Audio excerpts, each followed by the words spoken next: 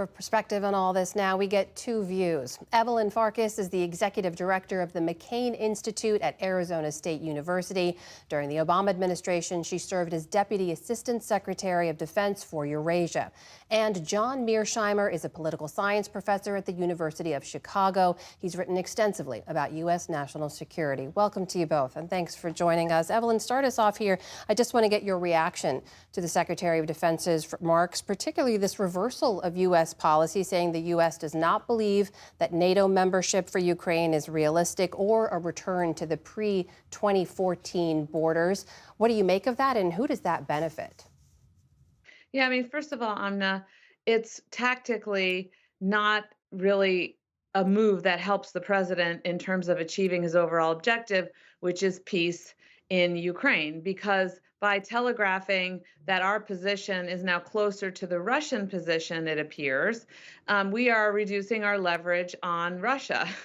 And at the end of the day, everyone knows that if we want this war to end, the one person who can end the war overnight is Vladimir Putin. The Ukrainians don't want to fight, but they have to fight because they're fighting for their sovereignty.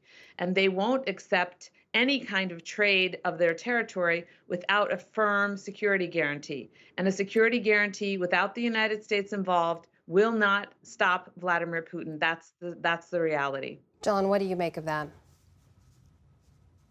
Well, I think it's quite remarkable what the Secretary of Defense said today. He is basically saying that he accepts the Russians' two major conditions for moving toward a peace settlement. The Russians have said that before serious negotiations can even begin, the West and Ukraine have to accept the fact that Ukraine will not be in NATO, that it will be a genuinely neutral country. And number two, the West has to accept the fact that Russia has annexed the four oblasts in the east that it now in large part controls, and Crimea. And the Secretary of Defense basically said that Ukraine is not going to be in NATO. The United States is not going to give Ukraine a security guarantee. That sounds like a neutral Ukraine to me. And furthermore, although he didn't specify what territory the Russians can keep, he sounded like he was very close to saying they can keep those four oblasts that they've annexed and Crimea. So I think this is an amazing statement, and it's an almost complete reversal of what the Biden administration was doing in Ukraine.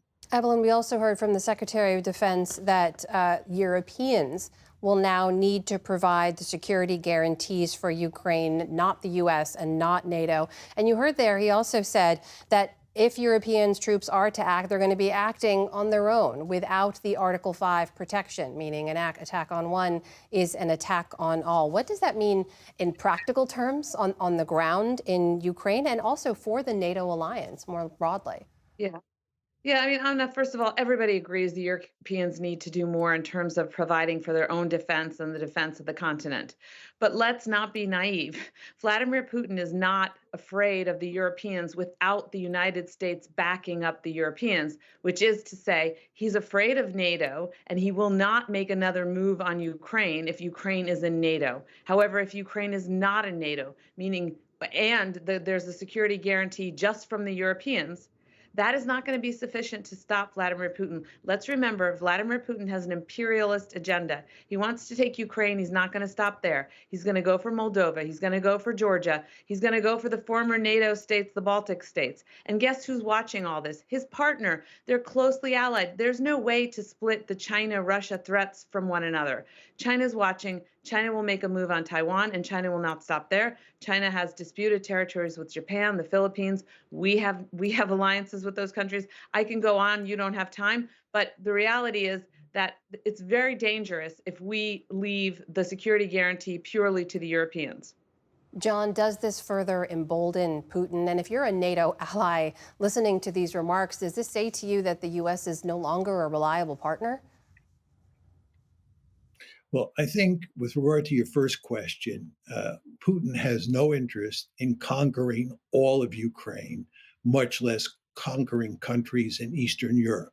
He has never said he had any interest in conquering all of Ukraine, much less recreating the Soviet Union or anything like that. Furthermore, he simply doesn't have the capability to do that. You can see how much trouble he has had just conquering the eastern one-fifth of Ukraine. The idea that this is the Wehrmacht and it's highly poised to overrun Europe is not a serious argument. He wants a big chunk of territory in Eastern Europe, and he is, in all likelihood, going to get that in large part because he's winning on the battlefield. One of the reasons that Trump is now cutting our losses is that Trump and his lieutenants understand that we have lost on the battlefield. Or to put it in slightly different terms, the Ukrainians have lost. We have no leverage anymore. Trump is facing up to reality. So I don't think there's any danger of Vladimir Putin finishing off Eastern Ukraine and then moving into Western Ukraine and then moving into Eastern Europe. Evelyn, I saw you shaking your head. I'll give you a brief moment to respond there. Well, Vladimir Putin has telegraphed very clearly in speeches and writings what his vision is. He wants to recreate the Soviet Union exactly. He wants to recreate the old Russian Empire. That is his agenda. Make no mistake. And he will not stop with Ukraine, and he will not stop with some oblasts, some territories. So I think the danger will only heighten after he gets his way, if he gets his way with Ukraine. John, we heard from President Trump now that the negotiating teams have now been selected, and he hopes that this will help to bring an end to the war. Do you see those negotiations yielding success? What do you think comes of those talks? Well, these are very tricky negotiations because he has to get the Ukrainians on board as well. It's not just the United States. He also has to pay attention to what his European allies are interested in doing. The United States is clearly the main force driver here. There's no question about that. But it's not just us alone.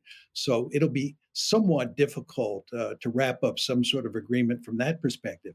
But furthermore, you want to understand that Putin is interested in a much broader security agreement. He's not just interested in shutting down the war in Ukraine. He's fully aware that there are a number of other serious flashpoints in Eastern Europe. I could name 6 potential flashpoints that we should worry about and that Putin should worry about. And what he'd like to do is get some sort of comprehensive security architecture for Europe in general, and certainly for the eastern half of Europe, so that we don't go down this road again and have a replay of the war in Ukraine. Evelyn, in the few seconds I have left, do you think these peace talks, these negotiations will yield success? If they do, it will take some time. We could get a quick ceasefire, but I don't think we're going to have a comprehensive peace deal over the weekend at the Munich Security Conference. Evelyn Farkas, John Mearsheimer, thank you to you both. Appreciate your time. You're welcome.